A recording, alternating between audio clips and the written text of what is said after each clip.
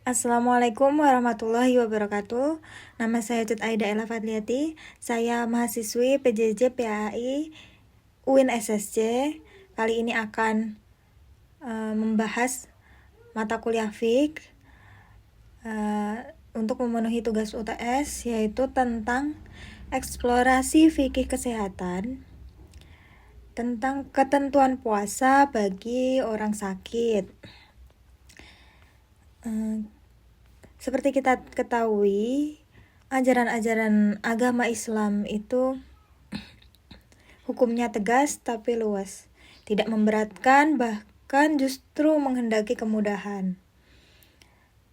Yang demikian tercermin dalam Al-Quran surat Al-Baqarah ayat 286 yang berbunyi, La yukallifullahu nafsan illa wus'aha. Allah tidak membebani seseorang sesuai dengan kemampuannya. Contohnya pada saat berdiri dalam sholat itu rukun yang wajib dilaksanakan, namun sholat dengan duduk atau tidur diperbolehkan bagi orang dengan kondisi tertentu. Begitu juga dengan puasa bagi orang sakit. Dalam hal ini puasa bagi orang sakit, Syekh Nawawi Banten itu memperinci beberapa hukum orang yang sakit berkaitan boleh atau tidaknya dia berpuasa. Seperti dalam kitab Kasyifatus saja, beliau menjelaskan bagi orang sakit itu berlaku 3 kondisi. Yang pertama, bila diduga adanya mudorot yang memperbolehkan bertayamum, dimakruhkan berpuasa bagi orang yang sakit dan diperbolehkan baginya berbuka. Yang kedua, bila mudarat yang diduga tersebut terwujud dengan dugaan yang kuat, dapat menimbulkan kerusakan dan hilangnya manfaat suatu anggota badan, maka haram berpuasa. Dan orang tersebut wajib berbuka atau alias haram berpuasa. Bila tetap terus berpuasa sehingga meninggal dunia, maka ia meninggal dalam keadaan maksiat.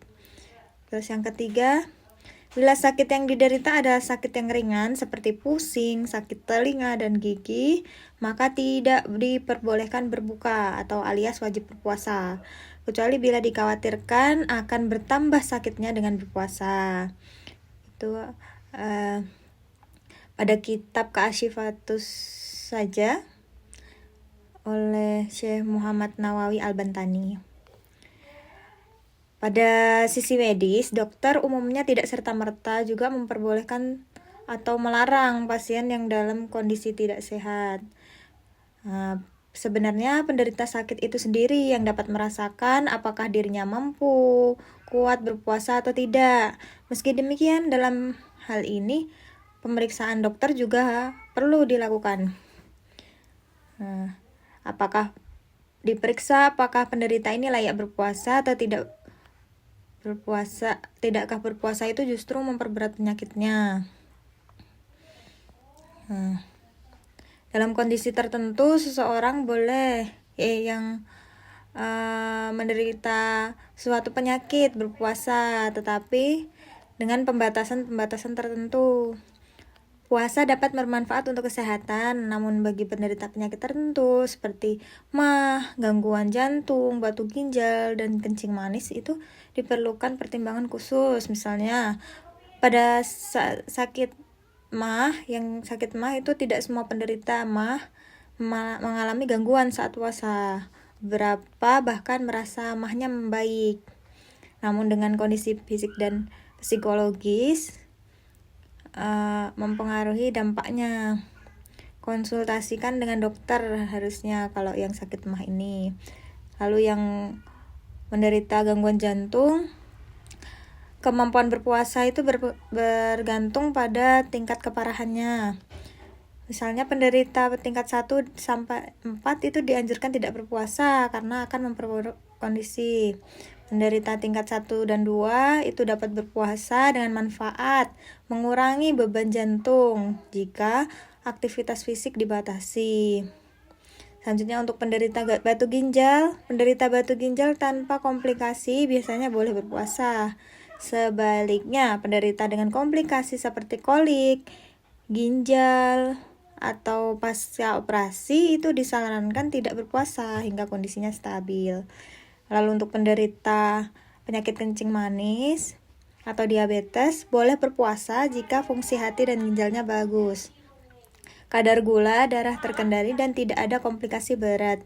Penderita dengan kadar gula darah tinggi atau komplikasi tertentu sebaiknya menghindari puasa. Itu kalau dari sisi medis.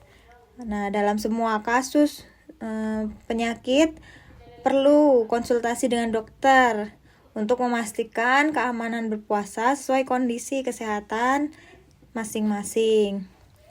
Nah, mampu atau tidaknya berpuasa itu tergantung dari diri sendiri dan tentunya cek ke dokter. Begitu, sekian dari saya membahas boleh atau tidaknya puasa bagi orang sakit, baik dari sisi keislaman dan sisi medis. Kurang dan lebihnya mohon maaf. Saya akhiri. Wassalamualaikum warahmatullahi wabarakatuh.